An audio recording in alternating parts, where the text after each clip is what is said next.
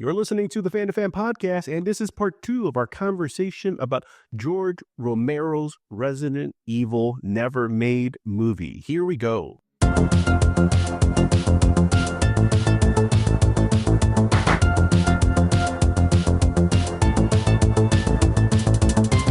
to the Fan2Fan Podcast. I am one of your hosts, Bernie Gonzalez. With me today, fellow co-hosts Pete Charbonneau. And Pete, in part 1, we discuss Resident Evil, the quintessential survival horror zombie video game that has a lot of cinematic ties, a lot of thematic ties to zombie movies, especially the zombie movies directed by George Romero. And when that video game came out in the mid-90s, it was a sensation for video gamers and a bit of a shot in the arm in the zombie renaissance, because after the release of Resident Evil, we had so many new additions to zombie movies, from Shaun of the Dead, 28 Days Later, to the Dawn of the Dead remake.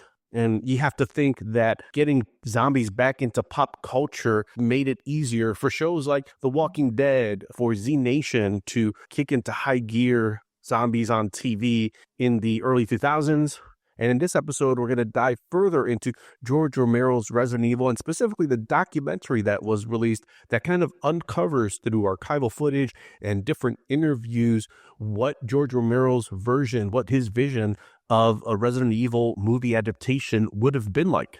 He made Night of the Living Dead in 1968. George's films literally changed the face of horror as we know it. Capcom didn't hide the fact that the games were inspired directly by George Romero's films. At that time, there was nothing more I wanted than a live-action Resident Evil movie. And George is making Resident Evil. And then suddenly, the plug was pulled on this. You could tell he had misgivings about doing a zombie project for someone else. This film just feels so much more gory, so much more violent, and so much more angry. This guy knew Resident Evil. How did he not get this? It's a mean-spirited market that is mostly controlled by people still that have no affection or affinity for not only this genre, but for movies in general. They think that they're buying you. He would not sell his soul just to get a film done. If anybody was going to do the Resident Evil series justice, it would have been George Romero. However, he wrote, "There's no room in hell, I'll see you in Pittsburgh." George A. Romero's Resident Evil. Everyone's gonna die. Resident Evil 1996, upon its release, is insanely popular. So yes, they were going to make a sequel, but the interesting thing through kind of like the revelation of this documentary is that a German film production company called Constantine Films gets the rights for the Resident Evil adaptation. And I guess they'd they licensed the rights just 9 months after Resident Evil 1 came out. So that, there's not much space in between Resident Evil coming out, becoming a success, and then a film company seeing the value in adapting it to film and then getting the rights for it. At that time, they'd just done German movies. Now they've released half a dozen Resident Evil films, and that's kind of what they're known for. Some people would argue they might have quantity more than quality on their side at this point. And the fact that it's very much diverged from the Resident Evil you guys played and that I played in 96. But in 1996, Constantine Films saw the value in it. Constantine Films, they do a bunch of German films. I did see, I think the guy who founded it was one of the producers of Das Boot. Foreign Prestige films. Prestige, 100%. All of a sudden, they see the value in Resident Evil, and they're like, yep, we're going to get the rights to this. Well, the interesting thing, and this is another documentary you and I had talked about, was the Roger Corman Fantastic Four movie and how it was made. And we saw Doomed, which was there's a 2-part episode where we talk about it. I've had a lot of strange experiences after all these years in the film business, but I have to say the Fantastic Four ranks somewhere near the top. It's clobbering time. Like a phantom in this film. Strange. It was like a feeling that I've never experienced before. It's a piece of history. I never would have thought that, was it 20 years later, that I'd be sitting here talking about it. This thing just won't die. Expect trouble. I didn't know then, all the machinery that had been at work. It was the seedy, dark side of Hollywood. We really wanted people to see this. How many movies did Roger Corman make and never release? 1. Wait a minute. Why? We gotta let them take this movie away from us and not get anything out of it? We gotta show people that we made a movie. That's how you get another job. All this effort, time, and all the work that went into making that film, and that meaningless. This film was never really intended to be a film. And I said, oh yeah? You watch. I think this documentary is I think it's going to. Hopefully, it might be like the last piece of this whole puzzle. The great untold, never-seen version, the original Fantastic Four. Finally, after 20 years, this story is going to get told. Unfortunately, this version of the Fantastic Four really was doomed. Us growing up, we grew up in Captain America, the Spider-Man TV show, Buck Rogers, all of these superheroes, larger-than-life characters. Of course, we would have loved a Fantastic Four movie, but it's not until much later in my life that I saw that it was, like the item you would find on like bootleg tables at a Comic-Con. And everyone seemed to know what this was. And then when I finally got a copy of it, like, this was a fun movie. It was exactly what it was in 1992, exactly what it should have been. But the combination for all this is that Constantine Films, just to show you, they were at 1986 when they're releasing German films and stuff like Das Boot. They got the rights from Marvel to make a Fantastic Four movie. So it seems like they were trying to get out of their comfort zone and do something interesting. But to maintain the rights, their founder, Eichlinger, probably not how you pronounce his name, but that's what I'm going to go with. He hires Roger Corman to produce a low-budget Fantastic Four movie in 1992. And they make it, a trailer that's released in theaters. The cast goes on a promotional tour. Again, listen to that 2-part episode where Pete and I talk about that documentary. Film was never released. The part where Constantine comes back in is that in order for 20th Century Fox to make the movie that they eventually make with Jessica Alba and Michael Chiklis later, Marvel had to pay Constantine to get back the rights to the Fantastic Four so 20th Century Fox could continue with their production. I'm throwing all that on there to like kind of paint the picture of who these people are, because we kind of know who Romero is. This is who Constantine Films is. So you get Romero now. How is he involved? Capcom sees the success of Resident Evil 1. Constantine Films now wants to make the Resident Evil video game adaptation. Capcom's like, cool, you guys do that. We're going to make Resident Evil 2. And at the time, they're thinking, well, if we're going to have someone start doing like a promotional type commercial for this, why not go to the godfather of zombies, Romero? And there's a bit of a connection here because Constantine Films had distributed some of Romero's films in the European market, specifically the German market. Even though Capcom, you're hiring him, maybe there's a way where we could work together with this guy for this eventual adaptation. So Capcom brings him in. They give it $1 million budget. And they're going to actually put some money behind us because Resident Evil is now going to be a franchise, right? It's a cornerstone of Capcom's empire. Romero comes in, and he's not much of a gamer. His assistant plays through the game and records himself so that he can get a sense for what the game and the tone is like. The video game makes enough of an impression on him. He's like, got it. I know what I'm doing here. He starts working on the commercial. Ends up being like two things. It's like one that's more like your traditional like 1-minute commercial that's on TV promoting Resident Evil in the US, Biohazard 2 in Japan. And then he also, with all the footage he shoots like this 2-minute one, which is just more of like an extended trailer, commercial, whatever you want to call it. Almost looks like a short film. And he casts Brad Renfro. I always just remember him from Apt Pupil. He cast the actress for Jill Valentine. They're both costumed, very similar to what they would look like eventually in the video game for Resident Evil 2. He brings in Screaming Mad George to do the special effects, and he had worked on 2 of the Nightmare on Elm Street movies. And he's probably bringing in cast and crew, people that he's worked with. You're checking off all the boxes. You're making a Romero zombie film for all intents and purposes, except he's doing this for Resident Evil.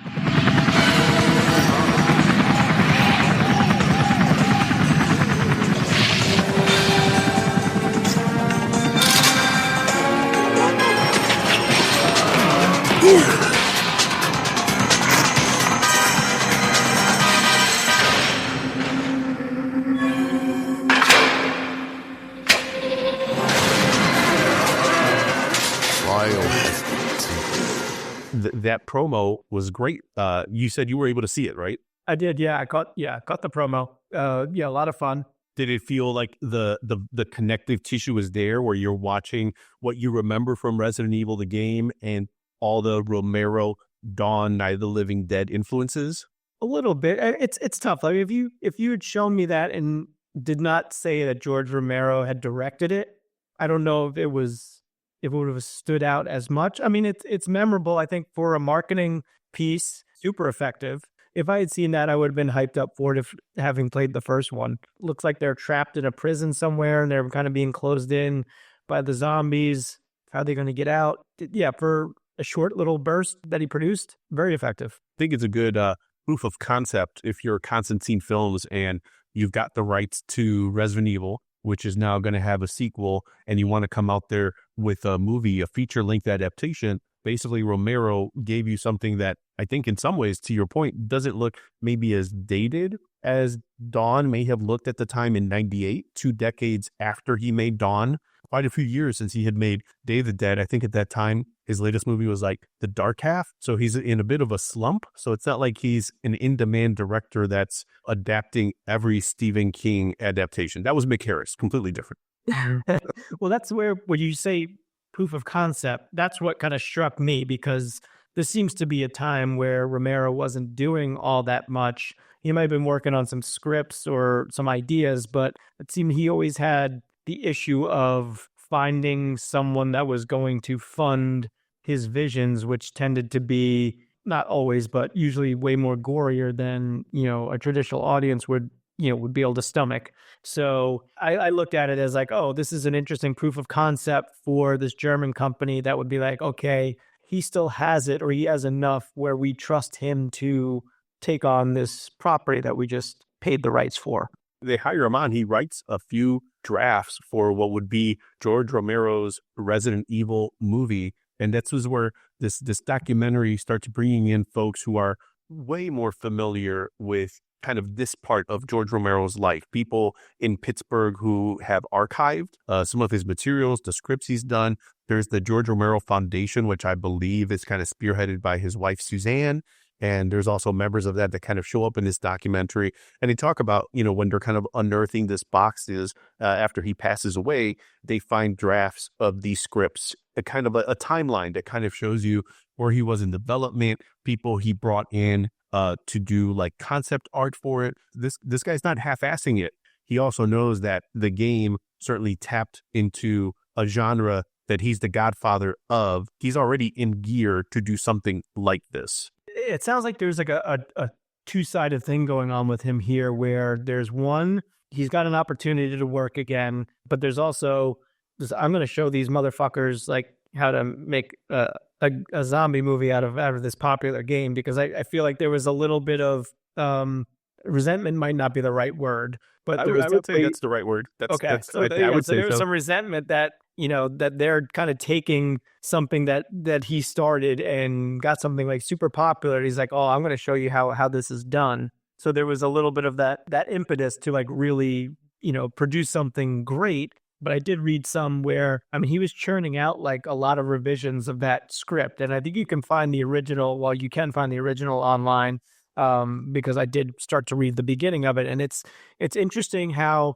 when someone knows a genre or material so well, just from reading like that opening page of it, of like basically like the prologue into the opening credits, like he snaps back into that world like so easy. Like he writes for it so well that I can completely visualize what he's got on the page there. I'm like, oh, this is the start of something that could be really good. But apparently Constantine, or someone at Constantine, was not happy with any of his drafts, because it seemed like he just kept churning out newer and newer revisions to try to get to the place that they were going to be happy with. Yep, and they kind of explore that a bit in the documentary too, where it seems like his version was more faithful to the game that we played. The nods to the video game, like the items that you had to uncover to get access to other areas, the secret lab, the lower levels of the mansion, the experimental plant, the zombie shark, tyrant, the zombie dogs, like all that stuff was in his script. He just kept revising it because, like you said, it seems like Constantine Films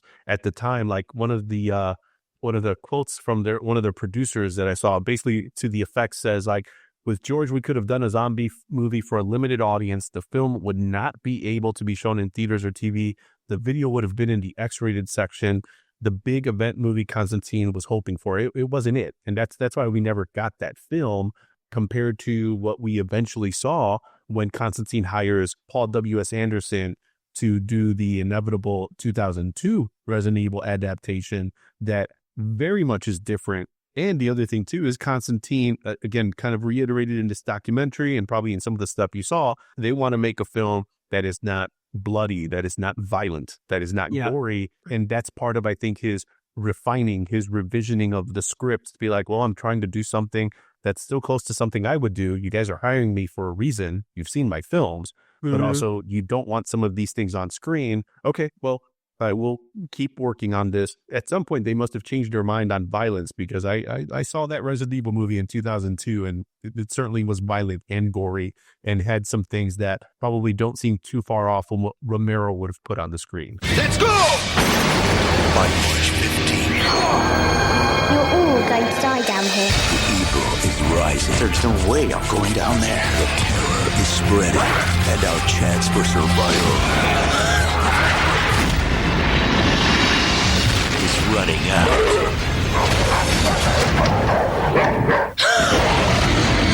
Resident Evil. Rated R. Yeah, that's interesting. Yeah, I remember watching, I've seen a couple of the films. The only thing I really remember about the first one is like Mila Jovovich like drop kicking one of the dogs. That's right. Dog. And that's right. That's like my one real memory of that one. I have like the peripheral knowledge of the game, and so like the character names are familiar, but I don't, having not played the however many iterations of the game there are at this point, like I don't know all the lore, and I feel like that could have been working in Romero's favor back then, because I think he was working on that script right before Resident Evil 2 was released, so they were getting some concept stuff of what was going to be in the second game to work off of, but you don't have the whole established lore or whatever the timeline is since with all the other games. So you're dealing with like this very compact and contained world at that point that seemed like would be up his alley to make something that could be really good, because especially if you're keeping it for the most part within that mansion, maybe a little bit of the surrounding area, having him work with some of that and building the tension could have made for something really, really great. I think this is where any adaptation, whether it's a video game, whether it's a comic book, whether it's literary, it can only ever come short to what the audience was expecting. Especially like we think about Resident Evil, there's a certain experience that you and John had in handing off the player to each other and making advances as you did, but still kind of going through the like, ooh, this is kind of a creepy area. We're experiencing it for the first time.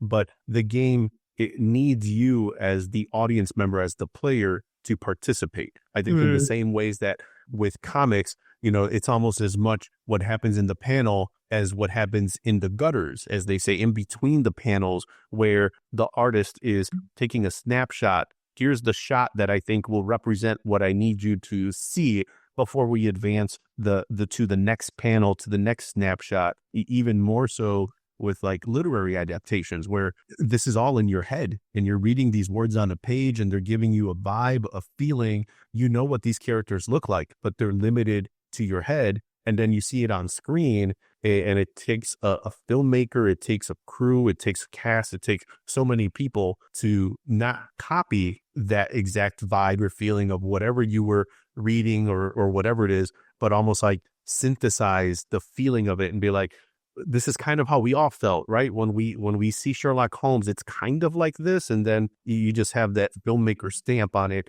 I think in this case, Romero's stamp is so close to zombies that it would have all been not so far left of center. But I think to your point, this was also Romero being like, well, I'm not going to do a faithful adaptation to it. Like, guys, there's going to be as much Romero in this as there is Resident Evil in this. Mm-hmm. So it's going to represent me and also like my vision as well. And I guess that's where the timing of this probably really worked against his favor, because if this was even coming off of Day of the Dead, those later 3 films that he did were not great, but he had a bit of a artistic resurgence, at least in terms of getting accolades for what he had brought to the genre.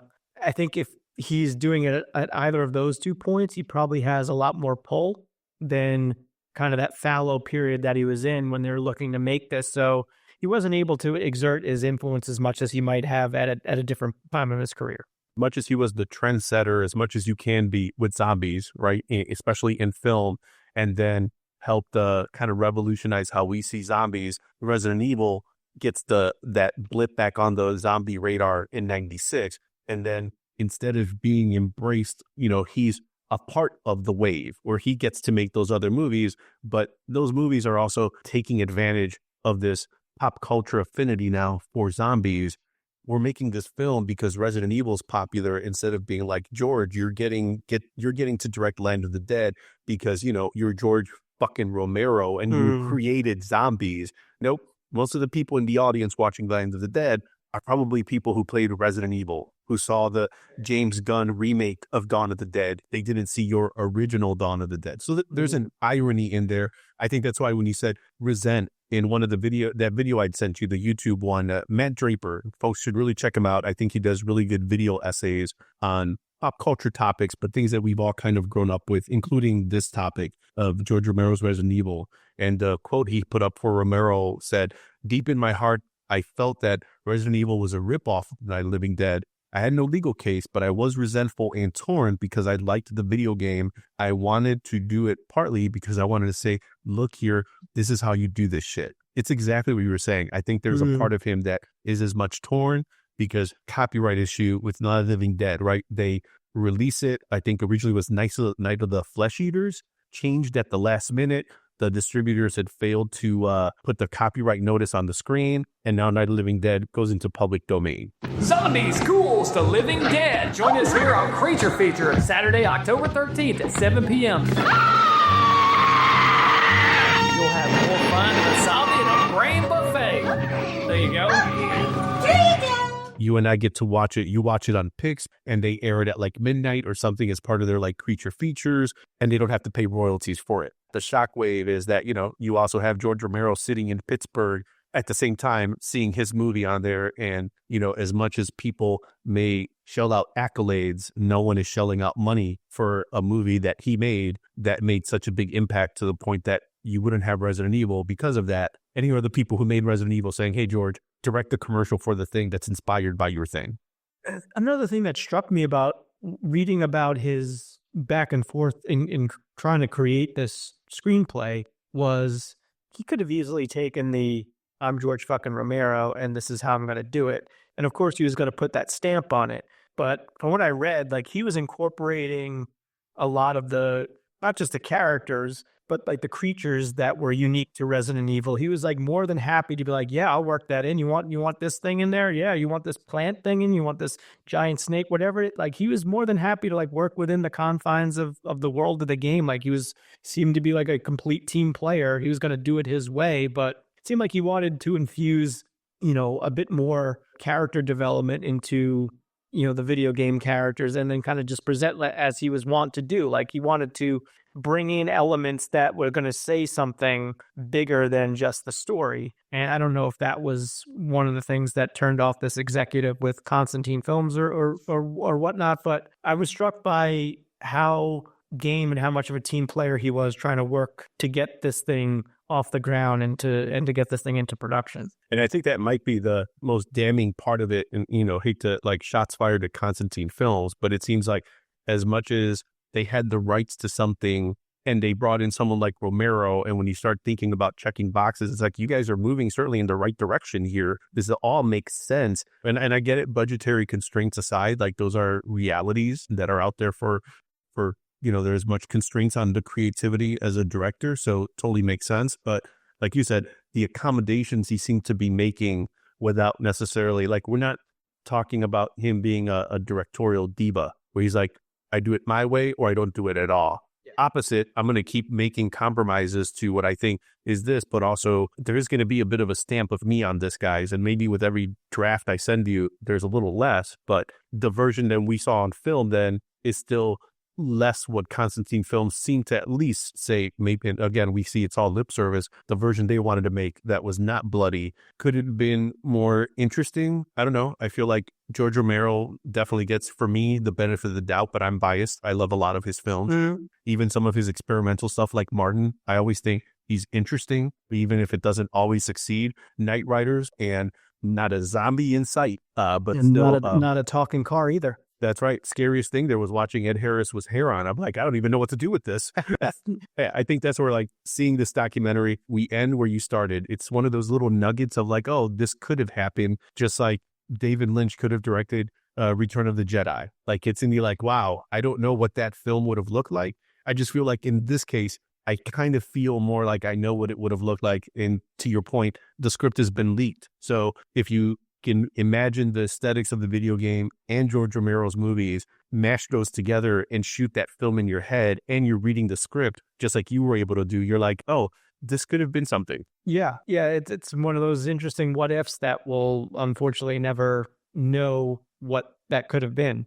I will say briefly, real quick, if anyone would like to check out the first draft, you can go to dailyscript.com. Again, you can see what might have been the start of something there. But I've got, I guess, the big question for you, Bernie, that I have now that we've gone through this and knowing that what could have been, do you have regrets or a tinge of sadness that we never got a Romero Resident Evil movie, or are you okay with the fact that those two worlds have kind of and will continue to remain separate? You've got the Romero line and then you've got the Resident Evil line.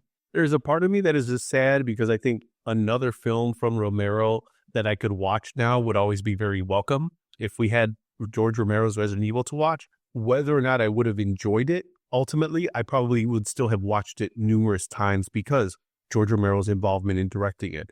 There's also that other part of me, seeing some of his comments, is this like a musician who's being asked to play their greatest hits again and again, and no one wants to listen to them play their new music when you're kind of forcing Romero to play his greatest hits, but not for his benefit, but for yours. And so there's that part of me that's like, yeah, I think this guy seemed to be, from everything that was documented, he was kind of bending over backward to make it work until it just didn't. And maybe that is the blessing, is that we didn't see it. While it's not like he made a lot of movies after this that didn't have zombies in it, but that he was at least able to, in some ways, do this and say no, on his own terms. You guys fired me, but it probably had nothing to do with me. This is you guys. He even says in one of his quotes, like, there's two sides for every story. So I think even then he was being kind of diplomatic in not casting a blame to them and his ability not to make this work. You just made other zombie movies and they weren't as memorable, but man, I hope he was happier making those than having to kind of compromise and make a movie that, in his words, were just a ripoff to him. And then he still would have had to kind of like still do it on not the terms he wanted to. Yeah, it definitely sounds like there was a bit of an imbalance of power in that dynamic there. And it sounds like also from the quotes that I read was fairly diplomatic. I think he got along well with the producers. It sounded like it was almost down to like one executive at Constantine that was the issue. And unfortunately that executive had all the say. And so that executive was thinking in a different direction. They were going to go in a different direction. It doesn't sound like there was much that George Romero was going to be able to do to appease that. I think he had a quote, it might have been around this, or it might have been just in general, where he talked about, you're always going to be making compromises on some of these things, but you have to have that line that you're not going to go below. And then once you reach that line, if you go below it, then you're sacrificing something of your art and your talents. And so you've got to know where that line is. And clearly after 6-7 revisions of a script that was still being rejected, that was his line. he may have gotten fired, but it sounds like at that point he was more than happy to like part ways because his line had been reached. I think this is where if you stumble onto this documentary, if you've played the game, you appreciate that they kind of embrace the Resident Evil aesthetic. They use the same font, some of the same stylings and composition as the game, so it feels very much in unison with the thing that inspired them to make it. You get a lot of talking heads that are very referential about the video game, but I think the one thing I'll take away the most from it, probably the same thing anyone who's listening to this episode, Pete, will take away. What didn't happen still became, in the end of the documentary, a celebration of Romero's life. And you have people talk about his passing and the impact it made, and in some ways, the fact that Night of the Living Dead was a big regret for him, but in some ways, like people like Tom Savini, Greg Nicotero, the whole K&B group, you don't get our careers without George Romero. I'm okay, we're not going to get it, but more importantly, hey, cool, we're still celebrating Romero and who he was. So there's something neat about that. Yeah, absolutely. Yeah, I mean, his output will definitely be standing the test of time. Before we go, real quick, because we haven't done it yet and we're contractually obliged to, I have to point out, originally before Romero was attached, I don't know if you know this, Bernie, before Romero was attached to the project, the screenwriter that they had hired was a guy by the name of Alan B. McElroy. Among other things, did the screenplay for Wrong Turn, Spawn, and Halloween 4, The Return of Michael Myers, which had no part of John Carpenter was a part of Halloween 4, but we are contractually obliged to mention John Carpenter every episode. Yes. And John Carpenter obviously, directed the original Halloween, so there you go. We have our connection made. That's right. And for those of you playing the Fan2Fan John Carpenter drinking game, chug, chug, chug. And I'm hoping that at least John Carpenter got to cash a royalty check for using the theme or his music or something for Halloween 4.